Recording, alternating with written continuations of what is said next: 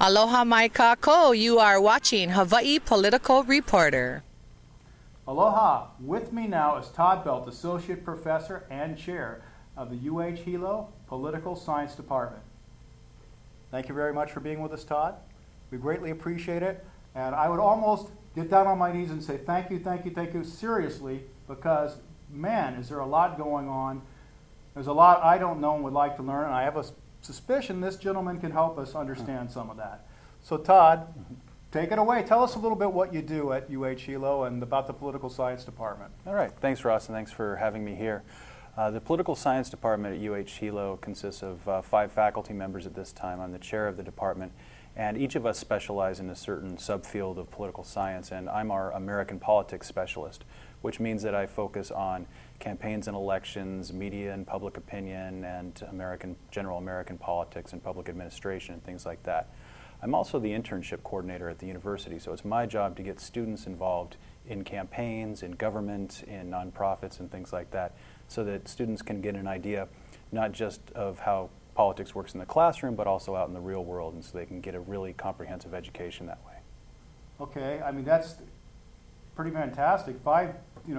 5 teachers, and I guess 5 teaching members. So you must have a pretty broad field, I guess, when you think about it. I mean, usually, I know me, being the, somewhat simple than I am, I would probably say, well, just think about exactly what's going on to here, and maybe we know something going on in the rest of the world, but, what other subjects do you cover? I mean, you've mentioned specifically what you're doing, but what does the department do as a whole?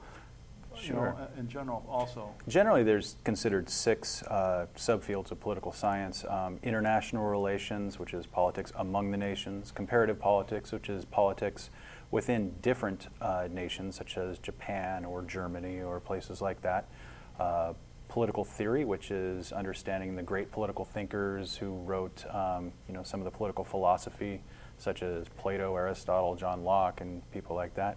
And also law and public policy is law is one of them, and public policy and public administration is usually considered the 6th field. Unfortunately, we don't have somebody who does that right now, so I sort of do that as well. That's fantastic, and I think it's very necessary because we are becoming not only interdependent in the world, as far as on the positive side, but also on the negative. I mean, the things reverberate and rebound here. And I think also with having that broader scope, I think what I'm going to ask you in a moment is about what's happening here in Hilo, how it relates to the state and what paradigm shifts may be going on. Having that broad field, right. I guess you could probably make some comparisons, and I'm sure this has happened before or maybe happening now. So let's get into a little bit of a specific. We've obviously just gone through a primary election here in Hawaii County, and right. There's a pretty good amount of change. I think some things we might find as we go through this might have been pretty predictable, especially when we start to follow the money. But what can you tell us that's happening in our universe now, of Hawaii County and Hawaii state politics, and how might it be affecting us in this county, in this state? What do you think is happening? It affects us so closely. When you think about county government and state government, these are the types of things, the decisions that are made by the lawmakers on that level are the things that affect us on a very daily basis, really close to our homes. If you think about how the county deals with land use issues, that's very, very important. Whether or not a school is going to be built in your area, where the next landfill is going to be located, whether we build an incinerator, or at all, if we build an incinerator and where we place that incinerator. These types, or where we're going to decide is going to be an area for businesses, a commercial area or an industrial area, how far people have to go to work to get to those places. These are all really quality of life things. And Tip O'Neill, the old Speaker of the House, said all politics is local. Local politics is really important. It affects our lives on a daily basis, and I just can't stress enough how important it is. And it's unfortunate that so many people really pay attention more to national politics than to local politics when these issues really affect their lives in a much stronger way than the national issues do. It's funny, interjecting for a second, I hear the word top line a lot, like the presidential and all that stuff. But actually, the truth of the matter is what most of us, I think, are concerned about is with the bottom line. Right. And the bottom line is most affected. I mean, certainly it's the lot that they're doing nationally, but really here. Just jumping aside for a second, Donald Ikeda had mentioned something, about encouraging, because you were mentioning about the jobs we have. You know, and we may not even be having the jobs, okay, if the policies are not at all right, especially at the state level on down. So just a quick interjection, and I'm going to shut up and ask this man another question. But I got to tell you, from my perspective, and what he's saying is totally correct. I've observed this, and you have the most impact, the most benefit, and the most importance, really, at the local level. Biggest bang for the buck, yeah. Your vote matters in terms of how your tax dollars are spent and how your life is arranged around you on the local level. You can have the most impact, and these decisions are the most important. Unfortunately, people have the least amount of information about them. Now, we're lucky here in Hawaii that we have, you know, the sort of the talk story culture here, where we expect our candidates to come out and talk to us, to come to our doors, to have political forums and events. There were so many political forums this past election cycle. It was fantastic. We do get a lot of information. It's just sometimes you have to seek it out a little bit. You have to pay attention to your voter guides. We don't have a state-issued voter guide that tells us about all the candidates or a county-issued one. So it's the responsibility of the voter to educate themselves, but it's also our responsibility as educators and as people in the media to make sure that we can get the information out there to voters as well. You know, just coming from a little bit of a side angle on that, what you said is true, and I would totally agree that there is some good amount, because it's a relatively small state, that you can have access, especially on the local and state level, to people who would be representing you. But I can also tell you, I feel, and I could be a lot better with this myself, and this show could be a lot better, there is so much information that is not being presented, and is actually being obfuscated and hidden from us. Okay. It is, but there is good information out there. For example, the League of Women Voters has a fantastic website, and our local chapter of the League of Women Voters did a great job of getting information from all of the Hawaii Island candidates on there. So there is really good information out there where you don't have to go through what a lot of people call the media filter to get to it, or the candidate filter and stuff like that. I've heard about it. I never really knew. I never looked. So I mean, every day you learn something. Okay, go ahead. Would you expand on that? And I'm going to ask you to follow up on that. Now, you've told us they're going to get the campaign specifics. They're going to talk about the candidates. But then I'd actually like, when you finish that up, to actually ask if there's anything on a more macro level, filling the gaps, okay, connecting the dots, okay, and which, of course, maybe you can do for some of it for us, too. You understand what I'm saying? I mean, one guy may be working on this, one gal may be working on that, okay, but what's the whole general direction going, okay? Not just the newsworthy story of the day. Okay, where is the general mass of body politic heading? Well, the general mass within the country or within our island? Well, I'll take it either way. If you think it from the country level filtering down through us, or if we're a different strain in a different phase. I think we're in a different strain here, although you know there is some reflection of this going on in the country. One of the things that I noticed in our primary elections here in Hawaii Island is that we sort of have this resurgence of what I might call youth and vigor. Right, some of the some of the old politicians that might have had more experience, that could usually just get their name out there a little bit and run and win pretty easily, aren't winning as much. A lot of this has to do with redistricting, and I know that you've talked in the past about the new Puna district and things like that. That really, carving out the new Puna district gives people in Puna a way to get out and get their message out. If you can look at a lot of the candidates that we've had recently, just in the past 2 election cycles, we've had a lot of young candidates who are going out there and going door to door and trying to get their name out there. Are they attracting more of the youth vote you were mentioning? Seems like they're attracting more of the youth vote. Demographics are changing a little bit on the vote. Yeah, but if you look at somebody like Russell Ruderman, he had a lot of young people helping him out too. So sometimes the message that young people want to hear can also, you know, if you have a strong environmental message, that's obviously close to the hearts of a lot of voters, or a lot of young voters. Or if you can, you know, if you can tap into some of our public funding or things like that, there's opportunities now for young people with the redrawn lines and sort of the changing of the guard with the baby boomers moving on and some of them retiring, that there's opportunities there for young people. And if they go out and bang on doors and raise a little money, it can work. They say in local politics there's 2 kinds of people in local elections: the one who knock on doors and walk around, and the other ones who lose. And so a lot of local politics and a lot of what you have to do can be done if you just have the gumption to get out there and do that. And fortunately, we've had a lot of people enter this last political cycle who are really throwing their hat in the ring. And the one other thing that I'd like to say is, for a lot of these people who do enter the political ring, they toss their hat into the ring, they want to be involved in politics, these are people who could be making a lot more money doing something else.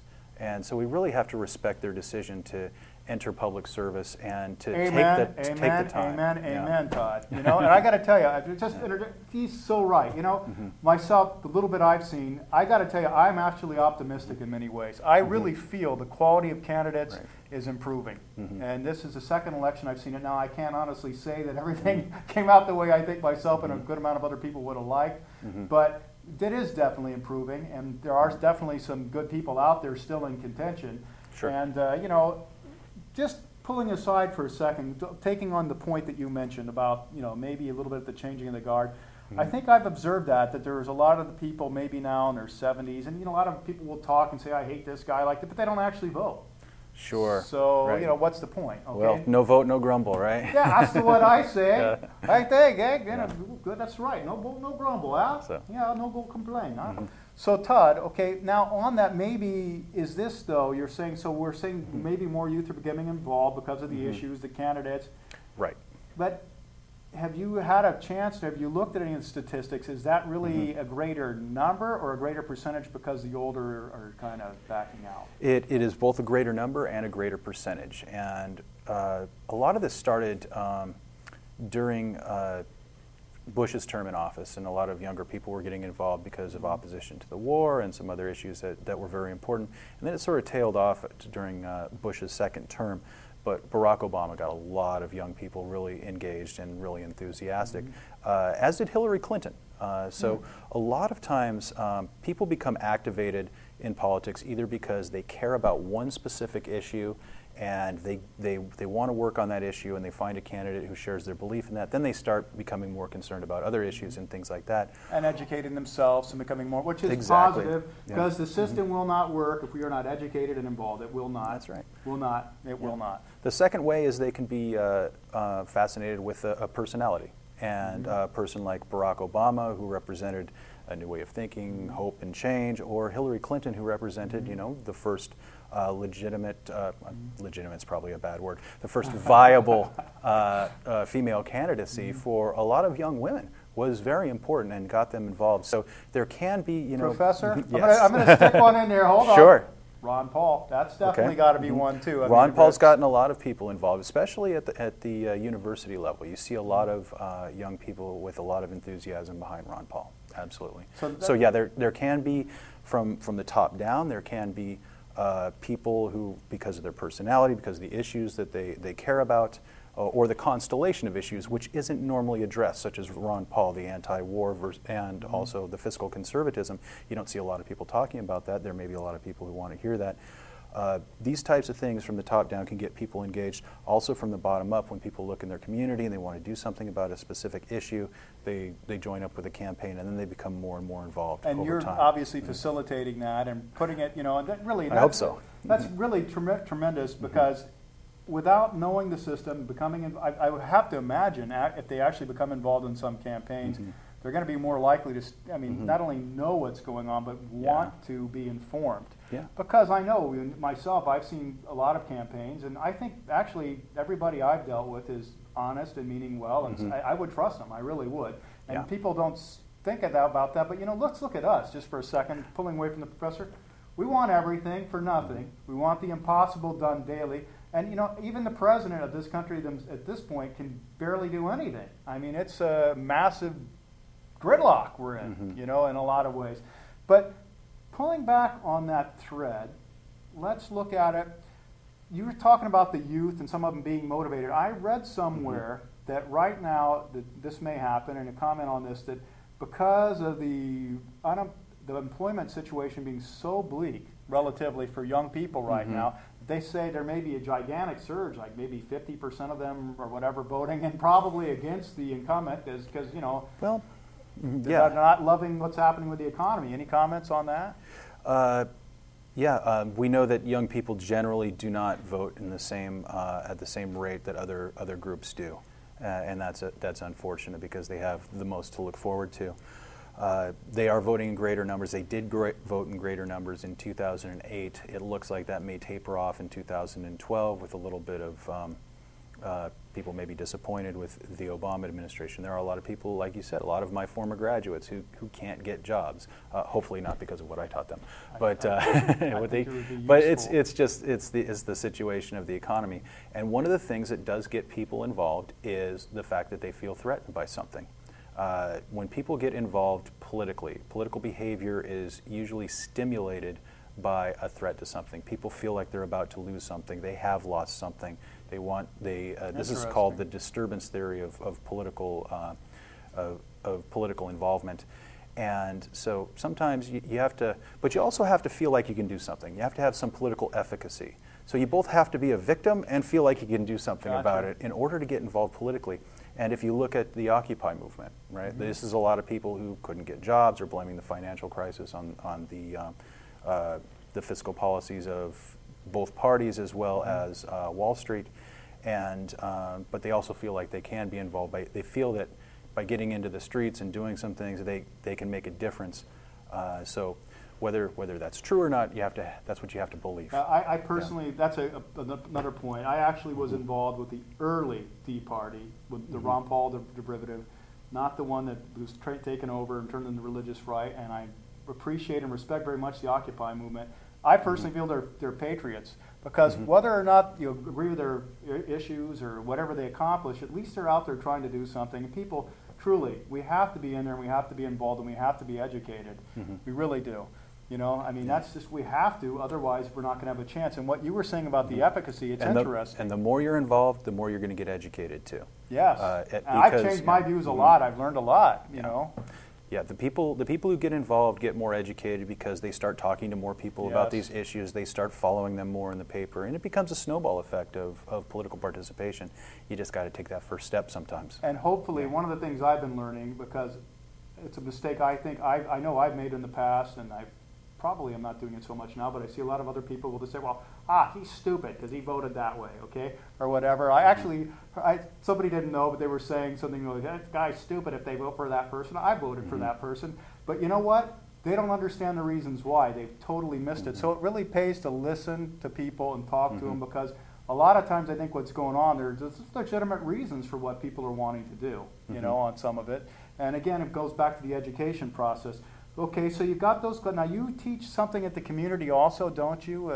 That's right. Every election year, I'll teach through our College of Continuing Education. I do a pro bono class, although there is a small fee for it, on the campaigns and the elections, where we'll meet every week for 4 weeks and discuss the election. And I'll talk about how we predict elections in political science, how we analyze what elections mean.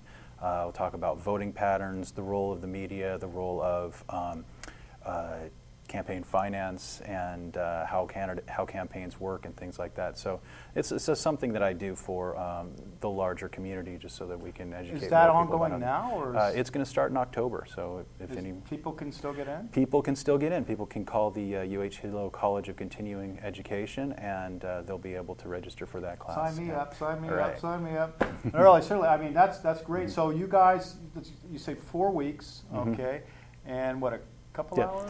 It's just an hour and a half each week, and then it's the first 3 weeks ahead of the campaign, and then we have one meeting right after the campaign right after the election mm-hmm. to talk about the meaning of the election and this must be fun. I mean, it's a great time because there's always a couple of oddball things. Of course, there's always a surprise. There's always a surprise in politics, mm-hmm.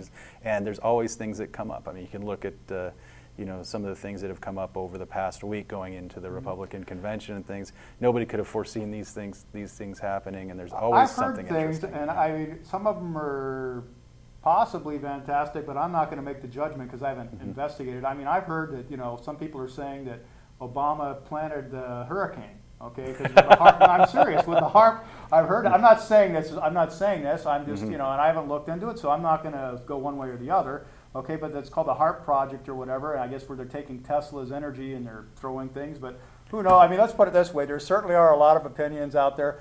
Maybe some are dubious. Okay, but It's out there. It's interesting. So speaking of surprises, now you came into something which I might disagree with you a little, okay, from what I've seen, and maybe you can educate me, or maybe I can give you some information on something. You mentioned that you thought the knocking on the doors was good, and that can work, okay.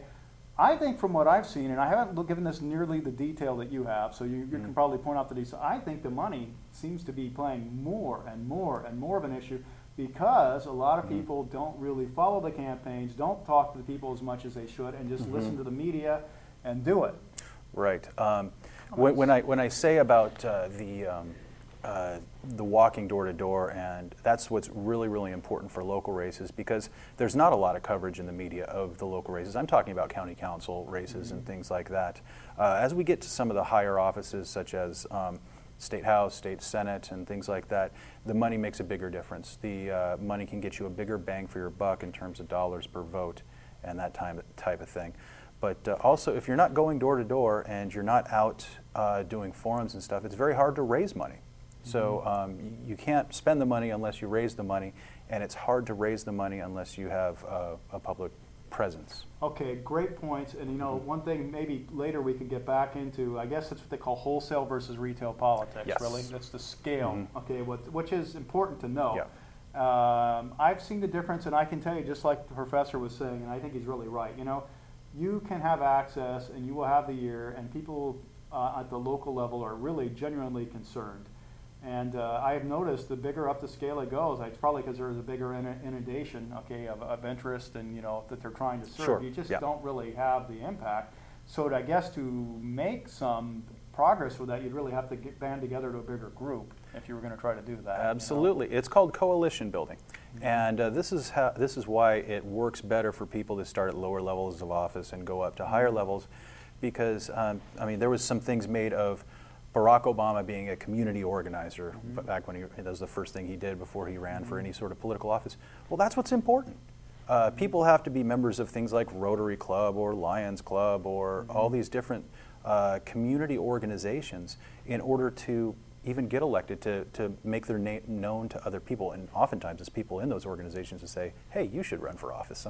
Most people don't just roll out of bed and say, I'm going to run for office. And I do believe truly this time some of that has happened. Some particularly we were talking about, I won't name names, may have actually been kind of set up to go right in, because there are definitely machines in back of things happening too.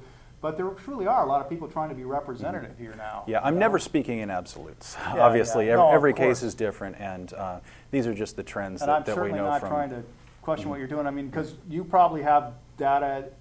Sometimes you have a different perspective, and they're both valid, right? From where you're seeing. Yeah, and to continue with that idea, as people move up into, say, from county council to state house and stuff like that. You have to be in office for a little while to widen your coalition of voters that support you. More and more civic groups, more and more endorsements from, be it unions or chambers of commerce and things like that. And you get that by, helping these people out when they come to government for assistance and stuff like that as well. Perfect segue. Something we had talked about a little bit ourselves prior, and maybe we want to just leave it as a generic candidate, okay? But we have, in this county, we had a candidate who was very well known at the local level and tried to move up to another level and encountered possibly the organizational and money resistance, let's say along exactly the lines of what you were saying about the unions and the bigger scale backing. And this candidate did not have the money, okay, and which is not necessarily everything, but certainly I think the point what I'm trying to say, and I think you would verify this, is that going from one level to the next is definitely going to be a different race, a different organizational structure, and a different coalition, as you're saying. Yeah. So that's really interesting. Go ahead. One of the main reasons for that is usually when you're going from a lower level, this is what we call progressive ambition in political science. If you're going from a lower level to a higher level, your constituency changes. The group that is going to elect you usually becomes larger. And so you have, or it may, the borders may be different of that district. And so you have to do outreach to a new group of voters who doesn't really know you. You haven't been representing them in the past, and you weren't elected by them in the past. So you have to go out and reach new voters, and that takes some time. And maybe not even just bigger, but broader in That's what I thoughts mean. and Yeah, scope, broader and bigger. Yeah, Yeah. I think it's got to be both. Yeah. Now, on the local Hawaii election that's just occurred, what do you think are the most important issues, being framed for us? I mean, what kind of candidates are we seeing, and what kind of issues are really the driving, cutting forces, if any, now? I mean, we could look at it from the county itself now. Sure. Let's say Kim versus Kenoi, okay? Yeah. What do we have here going on in a generic term, so to speak? Well, if we look at the top of the ticket for the county, the mayor's race, it's going to be jobs, jobs, jobs, and a dash here of trash and a dash over here of geothermal, it looks like. Those are the things that people are talking about the most. There is some issues about, who can do a better job bringing us forward, but all of that relates back to jobs and the vision for what the county is going to look like. Interesting. I mean, would that be a race? I mean, who would have thought, Harry Kim's going to? I mean, Yeah. really, did that come out of left field? I suppose so, but I'm not in Harry's brain. So No, I mean, who would have thought a year ago that we were going to have Harry Kim running again? I mean, and my guess is, and personally, I don't know, I haven't followed it. There's only so much you can follow, but maybe somebody pissed somebody off. I'm told that the geothermal issue has been a motivating factor for him as well. So you never know exactly what all the reasons are that people want to get back in the race, and no politician's ever going to say, "Well, I missed the job and I just want to be mayor again" or something like that. That's an interesting race, though, isn't it? I mean, it's a very interesting race. And you really got a feel for Billy in this sense, because obviously trying to be respectful and your old boss. I was there at the forum, and I'm really very neutral on this, not one over the other, but just interesting to look at it. And I'll tell you, people, please listen carefully, okay? Because I edit these things sometimes, so after 2, 3, 4 times, you really pick up a lot of little bits that you don't if you're not listening carefully. And I've noticed here, and this goes back to another point, you say there's a lot of information here, it's true, but wouldn't you say that in general on this media market, it's not aggressive, okay? And I mean, it's not like any in-depth investigative reporting generally. There, we have 2 newspapers, 2 major newspapers on the island, and a couple of alternative weeklies and publications like that. We have a radio station that does news. We have a couple of them actually. So there's some information there. But if you really want to dig into the policy information of what people plan to do, you got to go out and talk to them. If you really want to know what the candidates have in mind, go talk to them. Go meet them at these forums. Like I said, we've had more forums this past election cycle than I can ever remember in the past 10 years that I've been here.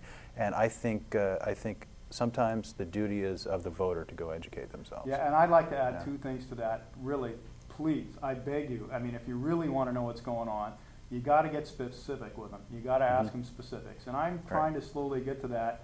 And a lot of times, honestly, the candidates themselves, especially if they don't have, and I'm just going to be prejudicial here, and I'll say it, they don't have science degrees, okay, or they can't do the numbers and they can't analyze this thing. It's BS, okay, because you get to the numbers, just look at the numbers and get through it, because that is what's critical, at least down to an order of magnitude, and you will find, like, I'll just tell you frankly, I listened to the whole day at Pahoa to probably at least 30 different candidates, 25, 30 different candidates, and I know something about alternative energy, and I found only 2 out of all of those had a clue of what was going on. The rest of it was BS, and these are the guys who are going to be making decisions for us. So I would say, if you're really serious about any issue, ask the specifics and try to get to the numbers, and you're going to fluster them, okay? But I hope for all of our benefits that they start to look at this, because, man, especially numbers coming on in this country, we have got serious number problems happening, okay? Well, there's nothing wrong with trying to fluster candidates every once in a while.